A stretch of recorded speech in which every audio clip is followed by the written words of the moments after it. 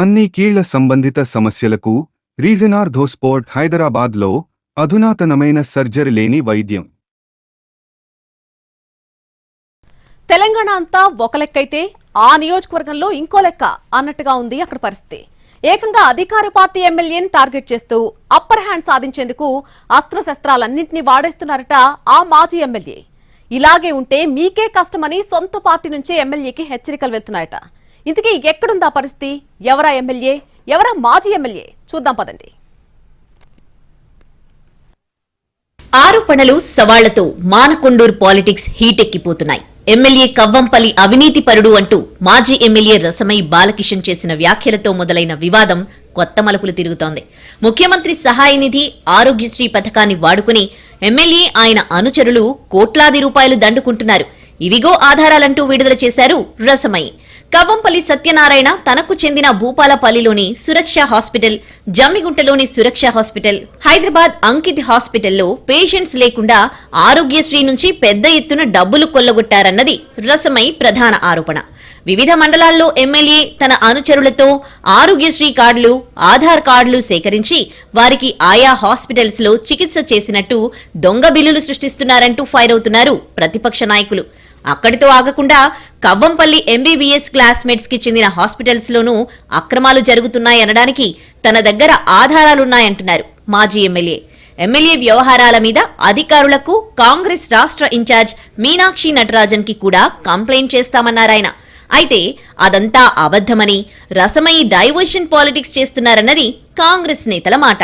15 రోజులకోసారి కూడా నియోజకవర్గానికి రావడం లేదని, క్యాడర్ను పట్టించుకోవడం లేదనే విమర్శల నుంచి బయటపడేందుకు మాజీ ఎమ్మెల్యే ఇలా కొత్త రాగం అందుకున్నారని అంటున్నారు.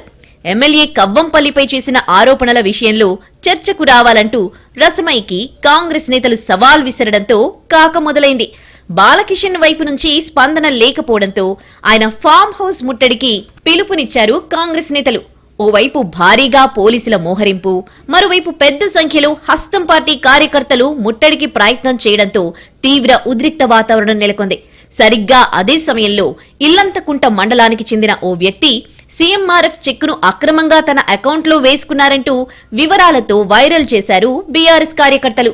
దీంతో అలర్ట్ అయిన కాంగ్రెస్ నేతలు క్యాంప్ ఆఫీస్ నుంచి చెక్కు దొంగిలించారంటూ ఫిర్యాదు చేశారు. పోలీసులు రంగంలోకి దిగి సదరు వ్యక్తిని అరెస్ట్ చేశారు. దాన్ని అడ్వాంటేజ్ తీసుకునే ప్లాన్లో ఉన్నారట బీఆర్ఎస్ నేతలు. మేం చెప్పింది కరెక్ట్, ఆధారాలతో నిరూపితం కాగానే అరెస్ట్ చేశారు. ఇప్పటికైనా విచారణ జరిపించాలని డిమాండ్ చేశారు. ఎమ్మెల్యే కవ్వంపల్లి సన్నిహితులు షాడో ఎమ్మెల్యేలుగా మారి ప్రజల రక్తం తాగుతున్నారని, వారిపై చర్యలు తీసుకోవాలని డిమాండ్ చేశారు. ఇలా రోజుకో సవాల్ ప్రతి సవాల్తో మానకొండూరు పాలిటిక్స్ రంజుగా మారాయి. మాజీ ఎమ్మెల్యే టార్గెట్ అంతా ఆయన వెనకున్న ద్వితీయ శ్రేణి నాయకులంటూ ఆయన సన్నిహితులే గుసగుసలాడుకుంటున్నారట. ఇక ఎమ్మెల్యే క్యాంపు కార్యాలయంలో ఒక్క హాలు మినహా మిగతా అన్ని గదులకు థమ్ లాక్ సిస్టమ్ ఏర్పాటు చేశారు. కవ్వంపల్లి, ఆయన వ్యక్తిగత సిబ్బంది మినహా ఎవరూ లోనికి వెళ్లే ఛాన్స్ లేదు. చీకటి దందా నడిపేందుకే ఇంత పకడ్బందీ ఏర్పాట్లు చేసుకున్నారని అంటున్నారట బీఆర్ఎస్ నేతలు. అటు రావణవధ, ఇసుక క్వారీల వ్యవహారాలు, అధికారుల బదిలీల సందర్భాల్లో ఎమ్మెల్యే బద్నామయ్యారని, ఇప్పటికైనా ఆయన మేలుకోవాలని, లేదంటే కోలుకోవడం కష్టమేనని సొంత కాంగ్రెస్ పార్టీ నేతలే అంటున్నారట. స్వతహాగా డాక్టరైన కవ్వంపల్లి ఈ పరిస్థితుల నుంచి బయటపడేందుకు ఎలాంటి ట్రీట్మెంట్ ఇస్తారో చూడాలి.